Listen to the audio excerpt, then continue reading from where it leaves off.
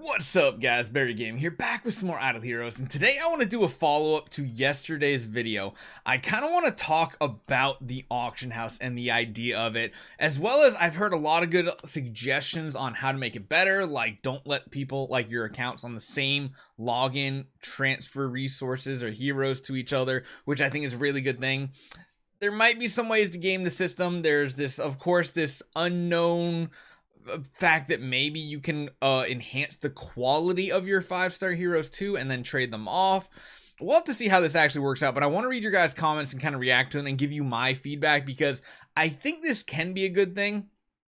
If it's done properly, it can be a bad thing if not done properly. So let's jump right into it. Let's take a look at some of your guys' comments, and I'm going to give you a little bit of a reaction to what I think compared to what you guys are saying. So let's get going.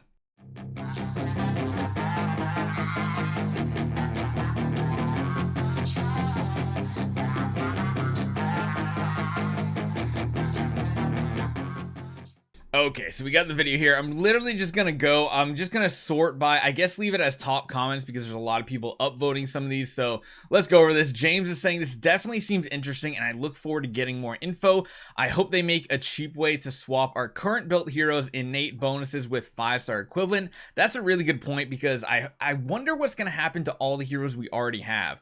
Does everybody, like, is there a random roll, or is it just like a static, everybody starts here and you can upgrade them from like E- to S or something like that? All we saw were the grades of E, E+, D, D-, things like that. It would be a pain to use soul symbols to regress and rebuild most of my E5 heroes because I built them before this was implemented. That is true. I think what we might see though is that you can take your existing heroes and upgrade them with the resource, those what are they, star diamonds or whatever it was. I feel like you might be able to do that with your existing ones. I don't know if they're going to be random rolls, or maybe when you summon a hero it gets a random association. So even if your main hero that you already have rolls like an E-, you can still upgrade them up to an S even though they're already an E5. I think that would be a cool way to do it. It does add another layer of like hunting and RNG to it, which I'm not against. It could be annoying, it might be good, it might be bad, we'll have to see. Narc says, I don't know how I feel. Seems easily exploitable, which is tempting, but would probably ruin the fun. I just don't want this to be yet another game mode that the whales run away with. That's very true. I also don't want it to be something where people will benefit greatly by making multiple accounts and trading them to themselves. That, I think, is the most important part right there. It's an idle game after all. I'm definitely on the fence about it. I feel the same exact way about this, because I think if they implement this correctly, it could be good. Number one, I think you should not be able to trade hero copies or resources or anything between your accounts on your same login. Now, if you have multiple different logins and accounts and stuff like that, I mean, that could be a little bit different. We'll have to see. But I can agree on that as well. Just level cap the auction house, problem solved. I mean, that could be it. Even with the level cap, you can still exploit it. Not that as easily. Yeah, it's most likely going to be a public auction house. In other words, you can sell units cheaply, but there's no way to guarantee you'd be able to get it on your main account. That is very true. There's going to be people probably hunting and refreshing, finding good offers, because the first thing you'd think if you're going to trade something to your other account, you're going to trade it and you're going to have it be like the least amount of those star diamonds possible.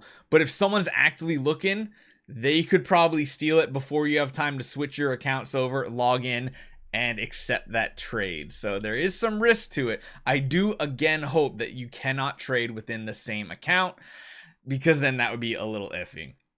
All right, Moonless. Auction would usually completely break a gacha game where you need copies for only from summons, but in this game, like Idle Heroes, it almost changes nothing. Personally, most of the hero copies I get aren't even from summoning scrolls, which is completely neutral regarding this. I agree with that. I actually read this one a few hours ago. I hit that heart button there too, because I just really, it makes sense, because like hero copies aren't that hard to get anymore, even as free to play. You guys see how our free to play optimal series is going.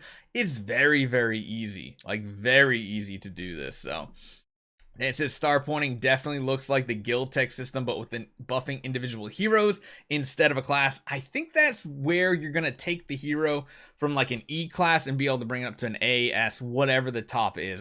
It's a Chinese game. Usually they use S in these style games. So that could be something that is, it could be something worthwhile. We'll have to see. But I do think I do think it'll be very interesting having another system of power into the game.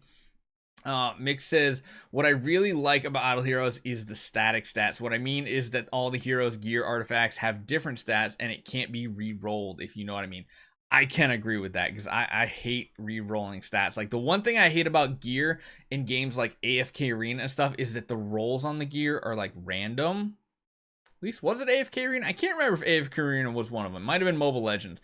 But the fact that you had to like re-roll your gear to get like the exact stats you want was kind of annoying, because then you had to enhance them. There's just so many tiers of like things involved. It was just really, really annoying. Azrael, I must have liked this one and saw this before too. This is a big one.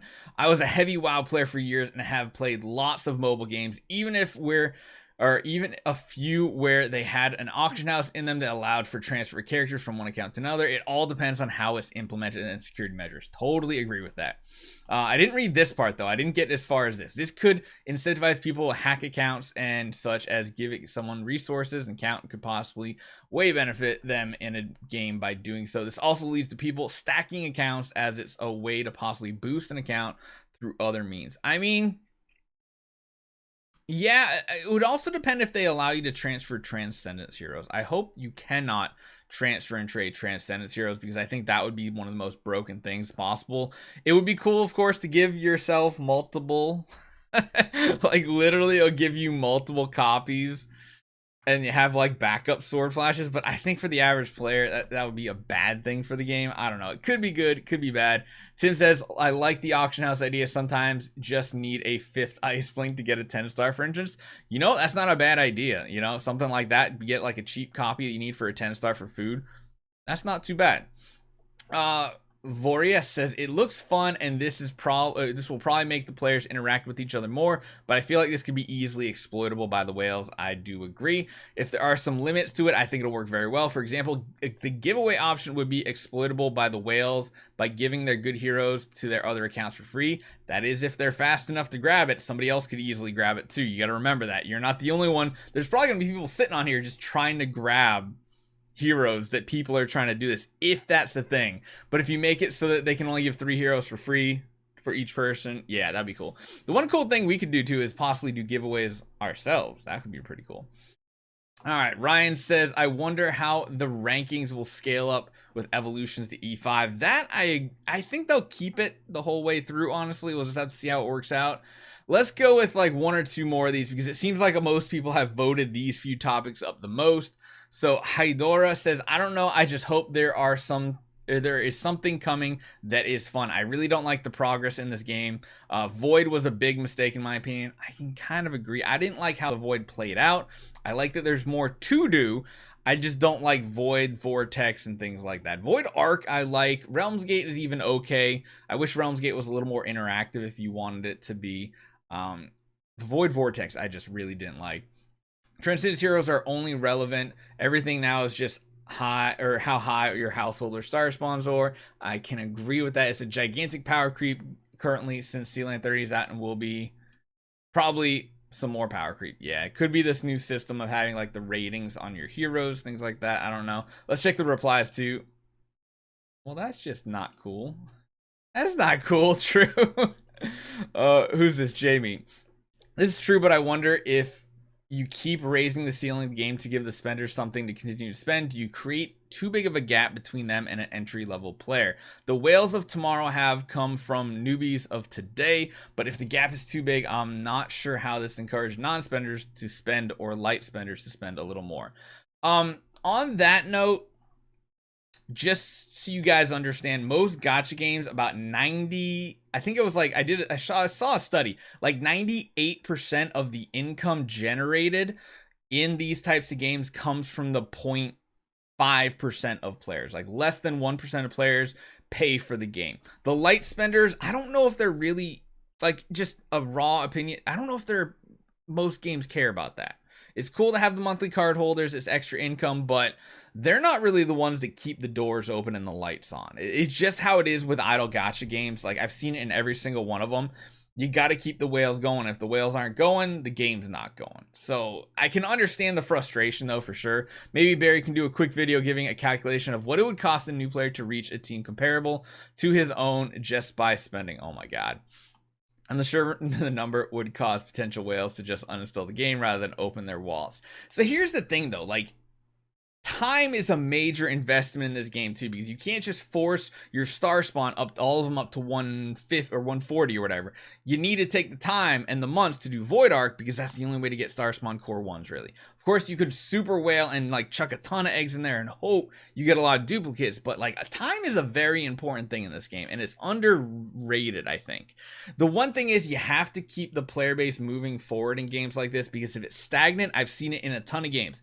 If the progress system is stagnant, the game is stagnant, and the game dies off. The player base then moves to a different game, and they don't come back when that progress comes back to their old game, because that's just how whales work. I know it. I've done it. I get in a game. I know Mythic Heroes is running into that right now. They hit their limit on progress. The big whales and the big spenders and the majority of even some free-to-play players have hit that end game. There's not much to do besides PvP. They quit and they move on to another game. So that's what we really need to prevent from Idle Heroes. And the team's doing a good job by implementing all these cool things, even just basic quality of life changes. So let me know what you guys think. If you like me doing these comment videos too on some of these more controversial topics, let me know. I definitely love to react to them and get your guys more input. This is a good one to kind of have a nice dialogue between the community, me, and then I can pass it on to DH Games. So hopefully you guys enjoy this one. Hit that subscribe button if you're new to this channel, and I'll see you guys next time.